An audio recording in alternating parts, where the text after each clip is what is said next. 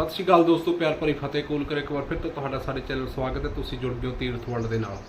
अज आपां गल करांगे सम्राट अशोक बारे, जो साडे ही नहीं पूरे भारत दे विच कई देशां दे विच जो लोकप्रिय आ ते उहदा राज भी बहुत वधिया है। कलिंगा वासी सम्राट अशोक नूं जाणदे आ ते सम्राट अशोक दा जीवन की सी, उसदी विचारधारा की सी ते उसदे साम्राज बारे अज गल करांगे।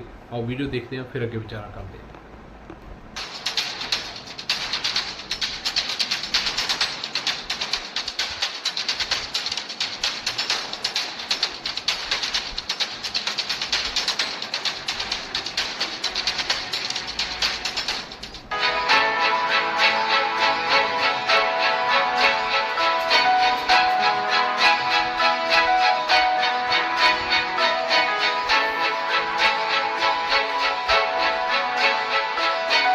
इस बार आज 29 मार्च 2023 को सम्राट अशोक की जयंती मनाई जा रही है। ऐसे लोगों द्वारा जो सम्राट अशोक की महानता को, भारत के लिए उनके योगदान को और बौद्ध धर्म के प्रचार प्रसार में उनके योगदान को भूले नहीं है।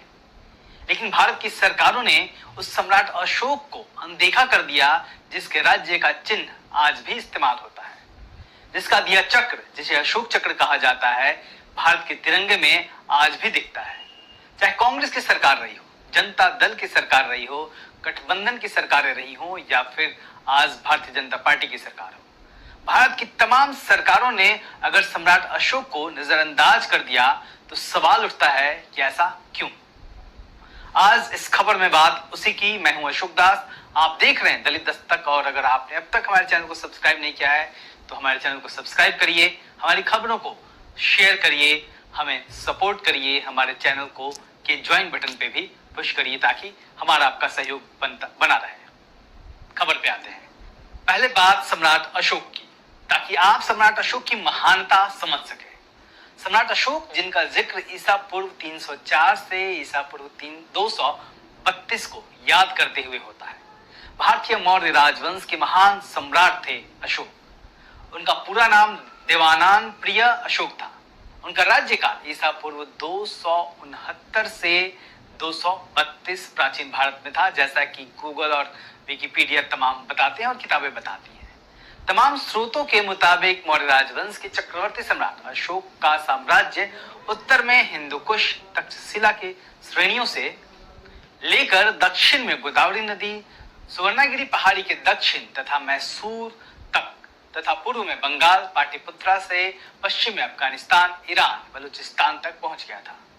सम्राट अशोक का साम्राज्य आज का संपूर्ण भारत, पाकिस्तान, अफगानिस्तान, नेपाल, बांग्लादेश के अधिकांश भूभाग पर था। यह विशाल साम्राज्य उस समय तक से आज तक का सबसे बड़ा भारतीय साम्राज्य रहा है। इसी वजह से सम्राट अशोक को चक्रवर्ती सम्राट कहा गया, जिसका अर्थ है सम्राटों का सम्राट। यह स्थान भारत में केवल सम्राट अशोक को ही मिला है। सम्राट अशोक को बेहतर कुशल प्रशासन और बौद्ध धर्म के प्रचार के लिए भी जाना जाता है। इस वजह से आज के बौद्ध समाज में सम्राट अशोक को काफी अहम दर्जा दिया जाता है और उनके योगदान का काफी बेहतर तरीके से जिक्र किया जाता है। सम्राट अशोक ने बौद्ध धर्म का प्रचार प्रसार भारत के अलावा श्रीलंका, अफगानिस्तान, पश्चिम एशिया, मिस्र तथा यूनान में भी करवाया। सम्राट अशोक अपने पूरे जीवन में एक भी युद्ध नहीं हारे।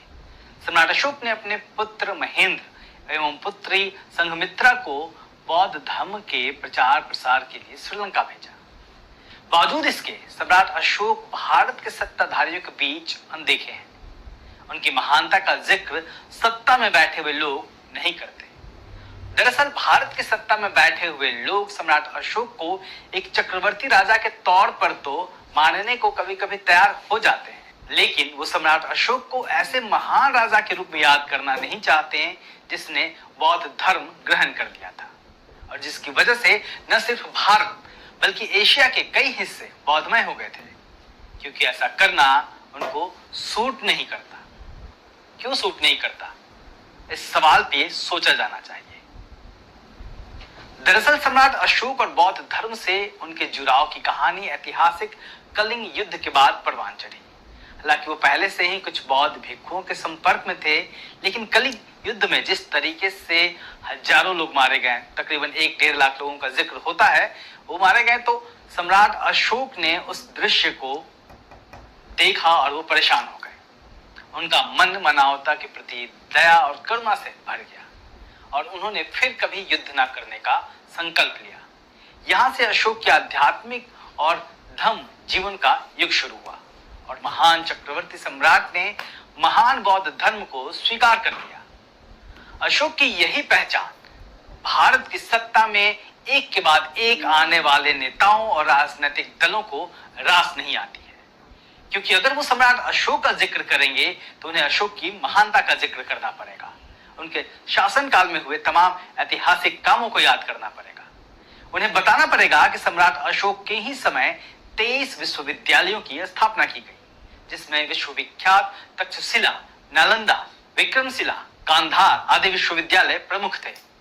उन्हें बताना पड़ेगा कि सम्राट अशोक के शासनकाल को विश्व के बुद्धिजीवी और इतिहासकार भारतीय इतिहास का सबसे स्वर्णिम काल मानते हैं। उन्हें यह भी बताना पड़ेगा कि वह सम्राट अशोक का ही शासनकाल था जिसमें भारत विश्व गुरु था और सोने की चिड़िया कहलाया। जनता खुशहाल थी, जनता के बीच भेदभाव नहीं था, कोई किसी को जाति के आधार पर भेदभाव नहीं करता था। आज की सरकारों को बताना पड़ेगा कि सम्राट अशोक के ही शासनकाल में सबसे प्रख्यात महामार्ग, ग्रांड ट्रंक रोड जैसे कई हाईवे बने, लोगों के ठहरने के लिए सराय बनवाए गए। मानव तो मानव, सम्राट अशोक के शासन में पशुओं के लिए भी चिकित्सालय पहली बार खोले गए, पशुओं को मारने पर प्रतिबंधित कर दिया गया।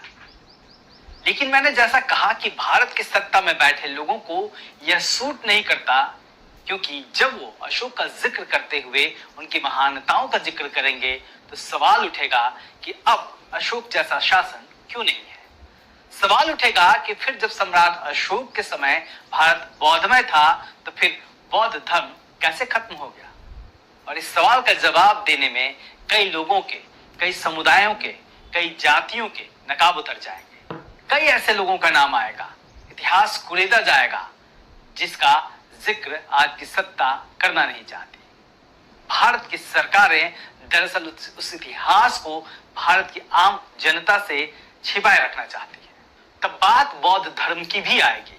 भारत के सत्ताधारियों को बताना पड़ेगा कि मगध साम्राज्य, जिसके सम्राट अशोक थे, का इतिहास भारत का इतिहास रहा है।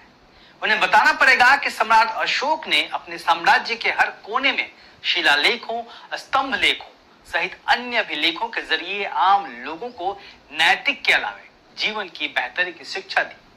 उन्हें बताना पड़ेगा कि अशोक के 2 लघु शिलालेख, 14 बृहद शिलालेख, 7 स्तंभ लेख, 3 गुफा लेख, 4 लघु स्तंभ लेख, 2 स्मारक स्तंभ लेख मिले हैं। इन अभिलेखों के कई संस्करण अलग अलग जगहों पर उत्कीर्ण करवाए गए। उन्हें बताना पड़ेगा कि सम्राट अशोक ने बौद्ध धर्म के प्रचार प्रसार के लिए 84,000 बौद्ध स्तूप बनवाए। बस बात यहीं आकर रुक जाती है, क्योंकि हिंदू राष्ट्र बनाने की होड़ में अशोक का बौद्ध प्रेम एक बड़ी बाधा है। इसलिए भारत की सत्ता में बैठे लोग अशोक काल में उकेरे गए प्रतीकात्मक चिन्ह, जिसे हम अशोक चिन्ह के नाम से जानते हैं और जो आज भारत का राष्ट्रीय चिन्ह है, उसका तो इस्तेमाल करेंगे। वो सम्राट अशोक के राज चिन्ह अशोक चक्र को अपने भारतीय ध्वज में तो लगाएंगे। वो सम्राट अशोक के राज चिन्ह 4 मुखी शेर को भारतीय राष्ट्रीय प्रतीक तो मानेंगे। देश में सेना का सबसे बड़ा युद्ध सम्मान सम्राट अशोक के नाम पर अशोक चक्र तो देंगे, लेकिन भारत के सम्राट अशोक को याद नहीं करेंगे। यह हैरान करने वाली बात है कि जिस सम्राट अशोक से पहले या बाद में कभी कोई ऐसा राजा या सम्राट नहीं हुआ जिसने अखंड भारत पर एक छत्र राज किया हो और जिसके नाम के साथ दुनिया भर के इतिहासकार महान शब्द लगाते हैं, उन्हीं के देश में उनकी जयंती नहीं मनाई जाती और ना ही कोई सार्वजनिक अवकाश होता है। क्या आप समझ सकते हैं कि विश्व के इतिहास में कोई ऐसा देश हो जो अपने ऐसे महान किसी नायक को याद करना भूले? लेकिन यह भारत है, विरला भारत। यहाँ लोगों की विचारधारा और लोगों की जातियां देखकर उनको सम्मान देने की परंपरा रही है। तभी तो सचिन तेंदुलकर को भारत रत्न मिल जाता है और मेजर ध्यानचंद आज भी भारत के लिए तरस रहे हैं। खैर, जरा सोचिए, अगर सम्राट अशोक ने बौद्ध धर्म नहीं अपनाया होता तो भी क्या भारत की सरकार और आजादी के बाद से अब तक सत्ता में बैठे हुए लोग उन्हें इस तरह अनदेखा करते हैं? शायद नहीं। लेकिन इन तमाम बातों के बीच में एक अहम बात यह है कि सरकारें भले सम्राट अशोक को भुला देना चाहती हों, लेकिन भारत का अम्बेडकरवादी समाज अपने सम्राट को आज भी आदर देता है। वही है जो अशोक जयंती पर कार्यक्रम करता है, सम्राट अशोक को नमन करता है। भारत की सरकारों को भी अपने इस महान सम्राट को वह सम्मान देना होगा जिसके वह हकदार है। इसके लिए आवाज उठाने का वक्त आ गया है। देखते रहिए दलित दस्तक। जय हिंद। ਵੀਡੀਓ ਤੁਸੀਂ ਦੇਖੀ ਹੈ ਸਮਰਾਟ ਅਸ਼ੋਕ ਬਾਰੇ, ਉਹਦੇ ਜੀਵਨ ਦੇ ਬਾਰੇ, ਕਿਉਂ ਸਮਰਾਟ ਅਸ਼ੋਕ ਨੂੰ ਅਣਦੇਖਿਆ ਕਰਿਆ ਗਿਆ। ਵੀਡੀਓ ਬਾਰੇ ਵਿਚਾਰ ਜ਼ਰੂਰ ਦਿਓ। ਵੀਡੀਓ ਵਧੀਆ ਲੱਗੀ ਲਾਈਕ ਸ਼ੇਅਰ ਕਮੈਂਟ ਜ਼ਰੂਰ ਕਰਿਓ। ਸਤਿ ਸ਼੍ਰੀ ਅਕਾਲ।